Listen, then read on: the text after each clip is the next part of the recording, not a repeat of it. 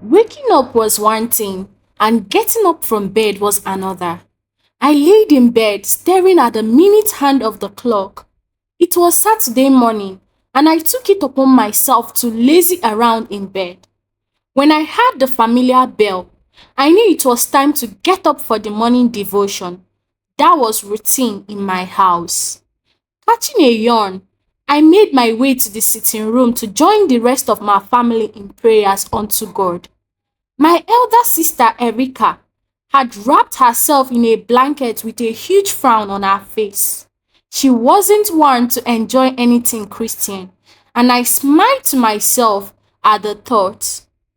My eldest brother David was no different, as he tried in vain to keep his eyes open while muttering an occasional amen to the prayers being said. And my younger sister Janet was fast asleep as my father prayed for Nigeria. I finally shut my eyes and said grace as the family prayers came to an end. I belong to a Christian family, and we usually start the day with a morning devotion involving all family members, even though some of my siblings had a huge problem with it. Oh God, thank God that's over, Erica explained, standing up with a stretch.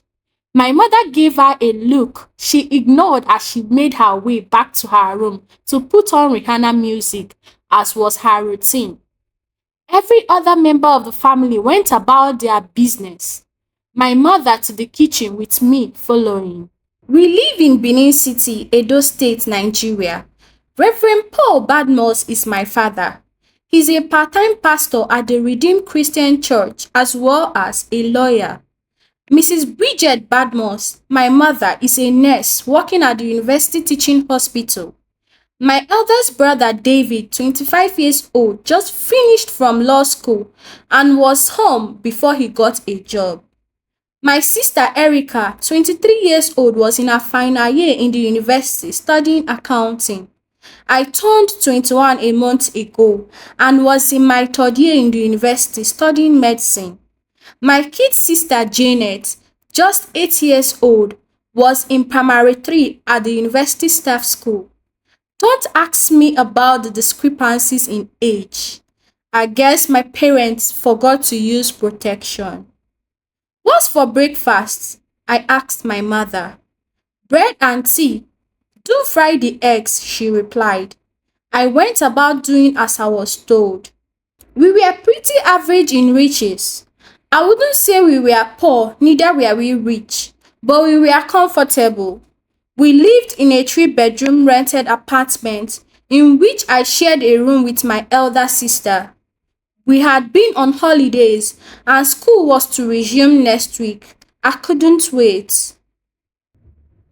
I sat on my bed reading a book, The Confident Woman by Joyce Meyer. Now she was one of my mentors and had read most of her books. My sister Erica did her pedicure on her own bed. Our room was a typical girl's room, pink in color and with all the things a normal room should have. But I was the bookworm because most of my books on our large bookshelf belonged to me. I hoped to have my own library when I had my own house. My sister interrupted my thoughts when she suddenly asked, "Aren't you confident?" I looked up and it took me a moment to realize my sister was talking to me. "Why are you reading about how to be confident?" she continued. "Well, cause it's a good book. You should read it." My sister asked, "You just like reading?" "It's one of my hobbies, yes." Yeah, you just extremely boring, that's all." I glared at her as she stood up to inspect her toenails. It wasn't the first time she had called me that boring. I kept my book aside as I replied her. "Just because I don't lead your lifestyle doesn't make me boring." Fiesty. Let me see. Do you listen to hip hop? No, I don't like it. Do you go out for parties? Depends. Yeah, it has to be godly. Erica, don't. Do you have a boyfriend? She asked me. I was taken aback for a moment, surprised she had asked me that. I didn't think I should, not till I was ready to get married. That's it. Well, do you? I asked her back. She went to the dressing table instead. How then are you fun, you boring girl? And don't throw questions at me, she said, putting on her makeup. Deciding the conversation was over, I decided to return to my book. My sister and I had a weird relationship. We both were polar opposites, both in books, in looks, and character. She was dark complexion tall and lean like my father, while I was average in size and height and fair complexion, just like my mom. It wasn't the first time we had gone over this, plus the fact she has invited me to countless parties with her and I hadn't gone to any. I wasn't a saint, but I knew what happened at those parties, especially knowing the kind of friends she kept. My dad had tried in vain to curb the wilding in her to no avail. I too had tried talking to her about how Jesus was the only way, but it was like pouring water in a basket. I would say every family had a black sheep, and I prayed one day she would see the light. School finally resumed, and I commenced classes. I was more excited about fellowship, though I was the financial secretary of Gospel Student Fellowship, and they were my second family. My father had been the president of his school fellowship, and that was how he had met my mother. I knew God possibly had a man for me there too when the time was right. If I had to pick though, I wanted a man just like my father. Quite daydreaming, Rebecca said, drawing my attention. She was my closest friend in school and was also a devout Christian. We had met in fellowship, and seeing we belonged in the same department, we had bonded fast. She was chocolate complexion and pretty. She usually didn't wear earrings. I hit her playfully. I wasn't. Where is the next lecturer coming? I asked. We were supposed to have anatomy lecture. In the next 30 minutes, she replied, busy with her book. She usually read after each lecture. I preferred the library. My phone buzzed as a text message came in. Hey Millie, it read. I knew who it was. It was my other friend Serena. I took my phone to reply her and remind her about class, as I noticed she wasn't in it. She usually skipped classes when she liked, but this time she told me she was coming. After class, Serena came to hug me. Serena Jacobs was beautiful and lively. Every girl wanted to be her, and every guy wanted to date her. I couldn't remember how we became friends, but we had met during year one at the auditorium. We didn't have much in common though. She had her clique of friends who attended parties and wore the latest clothes in town. I still don't know why we were friends. Hi, she told Rebecca. Hi, Rebecca replied. They weren't friends, but tried to be cordial because of me. Wow, you look, she began her usual assessment of me. Beautiful, I supplied before she found a bad word for me. Your skirt could be more fitting, she said. I had worn a yellow blouse with a purple skirt up to my knee. Well, thanks. I love my dressing too. She laughed. Rebecca spoke up. We going to eat, right? Yeah, I got to go, I told Serena. My friends and I are going too. We could eat together, she said. Well, okay, I replied, looking at Rebecca, who frowned. They didn't like each other for whatever reason, and I hated being caught between them. I don't know what you see in her, Rebecca said as we followed after Serena. Us love, we only just gonna eat. We got in the back of Serena's Honda with two of our friends who turned their noses up at us. But I didn't mind. I just looked out the window as Serena drove to the mat ice. We can't afford this place, Rebecca said when we alighted. Ah, Serena's friend Theodora exclaimed. We know you're poor. You don't have to say it aloud, she said, getting out of the car. Rebecca made to retort at her, but I stilled her. Be calm. You know you're not poor, I said as we followed the other girls inside. My treat. Order whatever it is you want. I will foot the bill, Serena said. I opened my mouth at her, but she insisted. Thanks, I said because I wasn't about to spend so much money to impress anyone. We finally sat down to eat. So, Becky, I think you should help your friend out. You seem to have a better taste in fashion than Millie, Serena said. It's Rebecca. Besides, you've been disrespectful.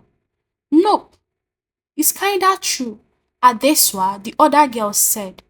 I think we should go, Rebecca told me. Gosh, it's a compliment. You should just say thanks, Serena said. Rebecca ignored her and ate on. Serena looked at me. I wanted to invite you for my brother's birthday party, she said. I didn't know she had a brother, but guess I didn't know her that much. Why?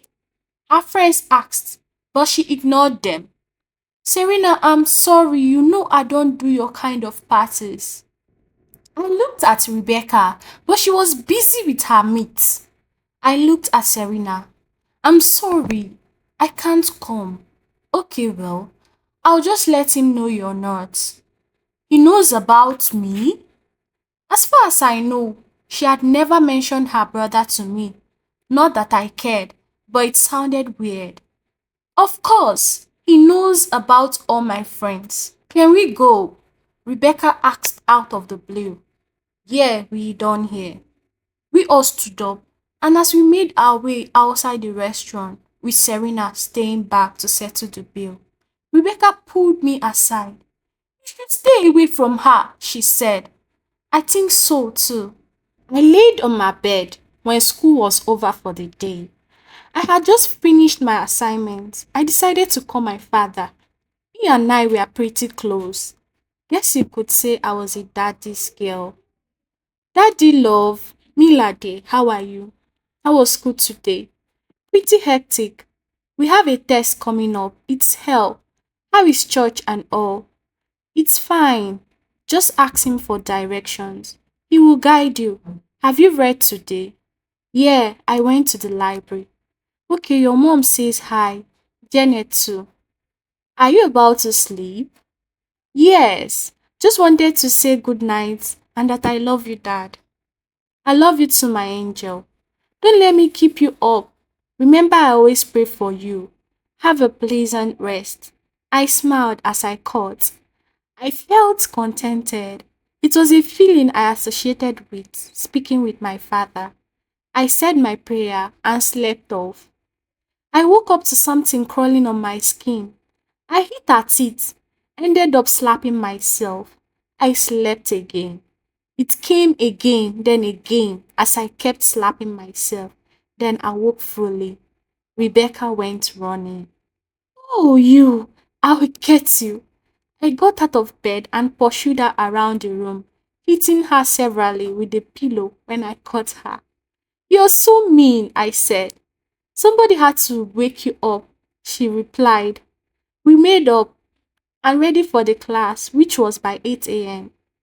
Rebecca was my roommate off campus. I had stayed in the hostel with my sister before I moved in with her a year ago. She was the best roommate there was, maybe because we were good friends. So I was thinking you should wear the black skirt instead. I looked at her. Rebecca, I think you are letting Serena get into your head. What? I just prefer you on black.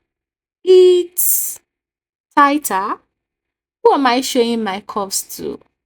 I appreciate you being nice about it, but if you are trying to change me, I would totally hate you for it. You're getting it all wrong. It just looks better on you, so I'm sticking with the one that doesn't. I couldn't believe she was trying to change me too.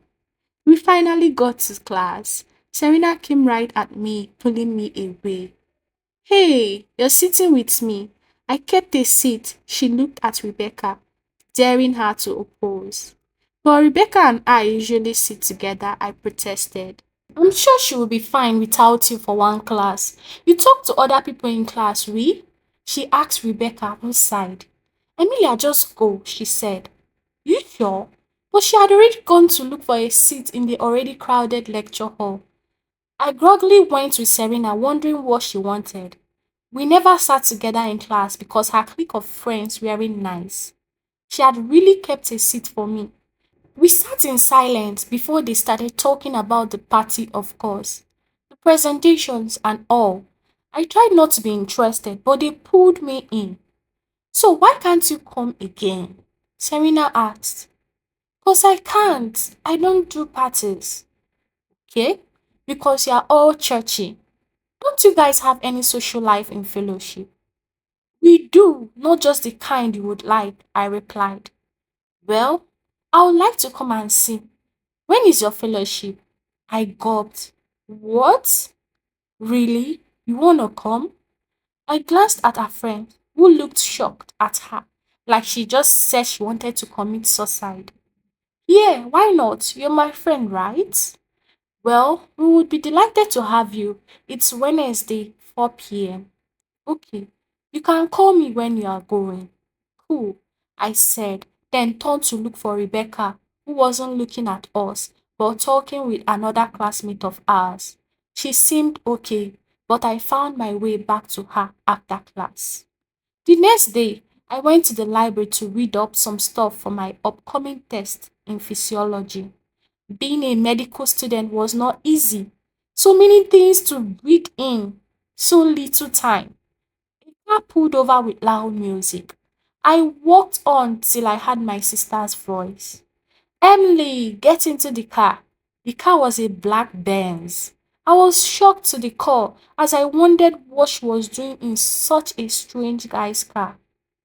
I'll walk. Thanks. Stop being dramatic and get in. I rolled my eyes at her, but got in. The guy drove off. Where are you coming from? Library. Of course, she said. What's up? I looked at the driver. The guy was so cute in a rough kind of way. He had a bandana on his head and toothpick in his mouth. This is Donald. That's Emilia, my sister. Erika looked me up. You went to class like this?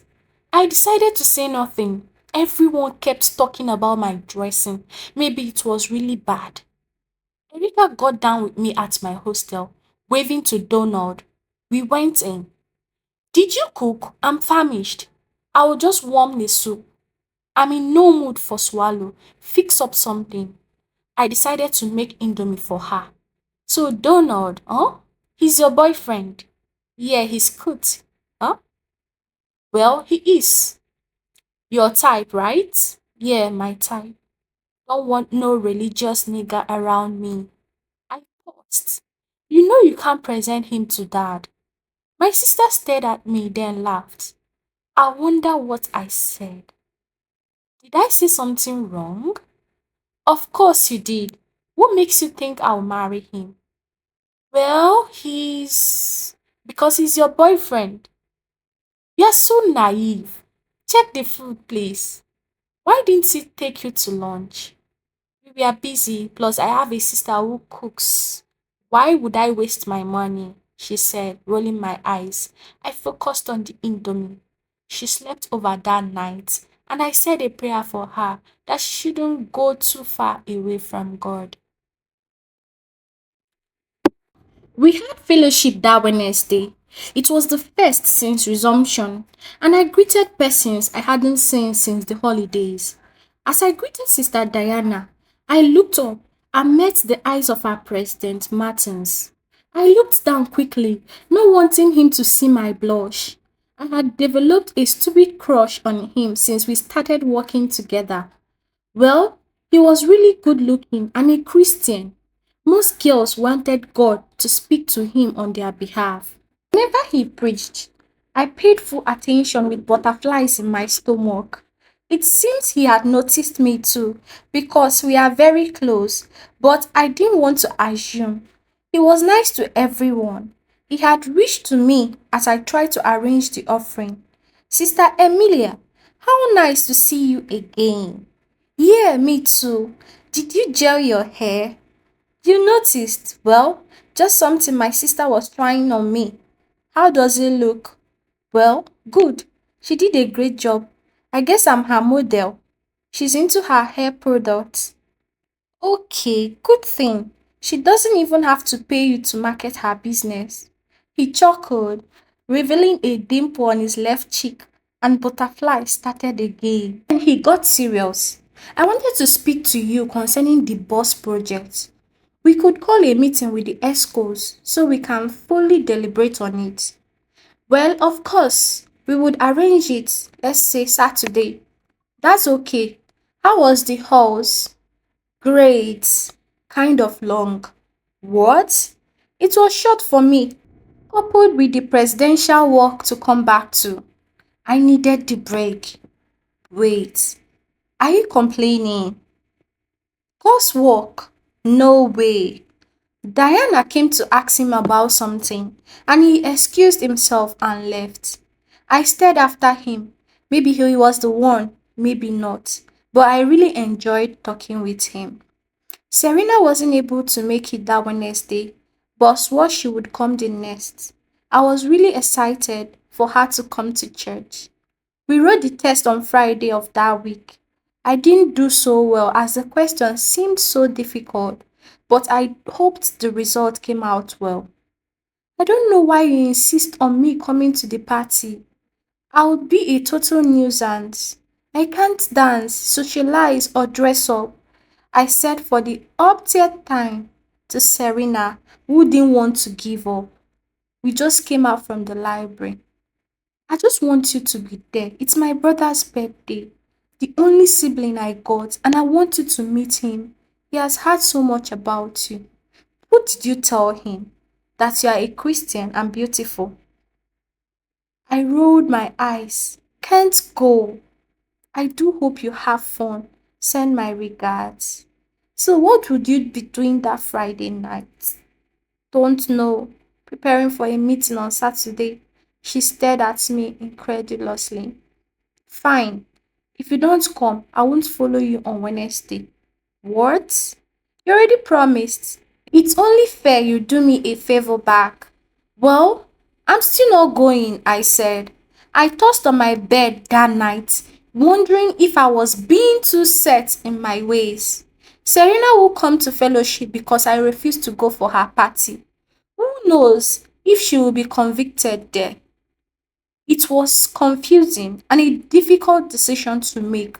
I prayed and asked God to guide me. By the next morning, I had made my decision. Rebecca was fully against it. Do you know what would happen if any of our classmates sees you in a party? See, it's a trap, okay? Serena can skip fellowship all she likes. Once won't change her anyway. I don't like where this is going, she said. Fine, I understand your concern, but I just feel I should go. It's no biggie. God is with me. Don't tell me I didn't warn you.